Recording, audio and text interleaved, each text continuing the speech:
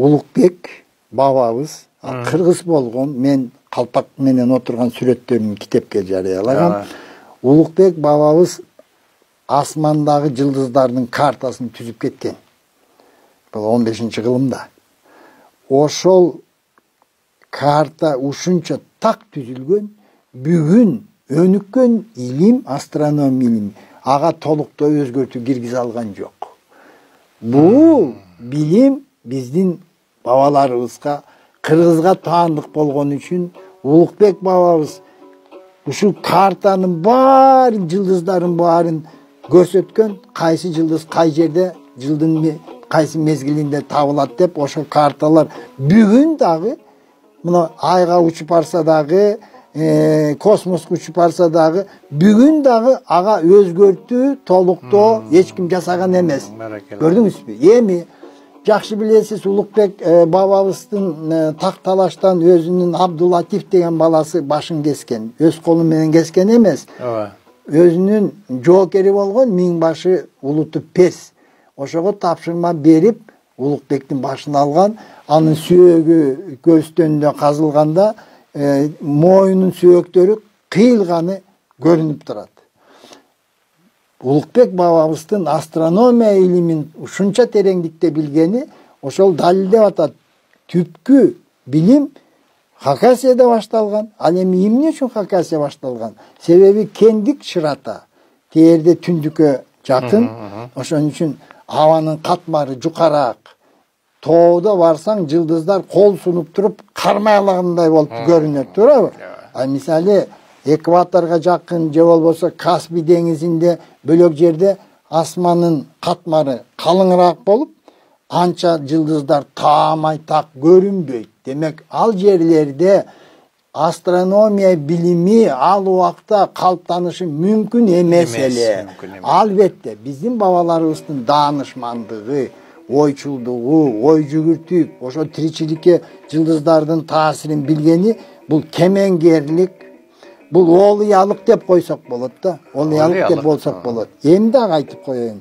Муногу китебимде, муногу колумда турду Киргизская археолого-этнографическая экспедиция деген эмгек. Бул качан чыккан? Бул 1959-жылы чыккан.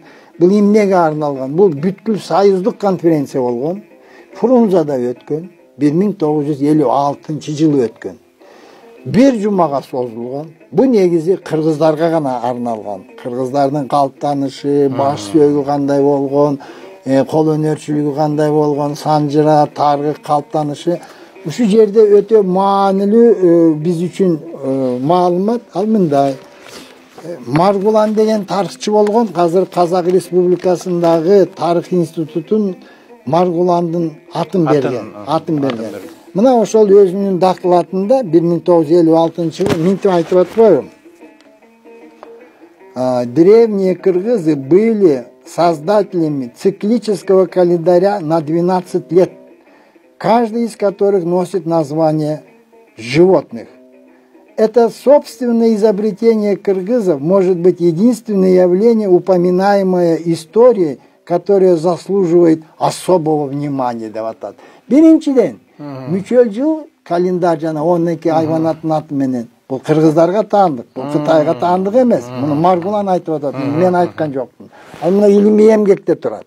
Андан тышкары өтө көңүл бура турган иш деп атпайбы? Ооба, өзгөчө. Ошондо эмне үчүн биз билбейбиз муну? Биз эмне үчүн балдарга муну айтпайбыз? Окутпайбыз. Депутаттарга муну айтпайбыз? Эмне үчүн биз муну менен сыймыктанбайбыз? Улукбек кыргыз экенин билбейбиз. Улукбек бабабыз калтырган астрономия билими ошол 50.000 жылда өнүгүп келип, эң бийик ту чокусуна жеткендин далили болуп турат. Улукбек бабабыздын башы кыйгандан кийин а кишинин жанагы астрономия аспабы, жанагы секстант, мунун баары талкаланат. А кишинин эмгектери жокко чыгарылат, жок кылынат мындайча айтканда. Ошо кишинин асмандагы жылдыздардын картасын ким сактап калды? Тарыхта жазылып атат ким сактап калганын. Кушчу элинен чыккан. Аль-Кушчи дейт. Аль-Кушчи ошонун шакирти экен Улукбектин. Ошол жанын кыйып отуруп, коркунуч болгонуна карабай Осман империяга барып Константинополден 15-16 кылымда чыгарган экен. Ошон үчүн ошол карталар сакталып калган экен. А болбосо сакталбай калмак экен.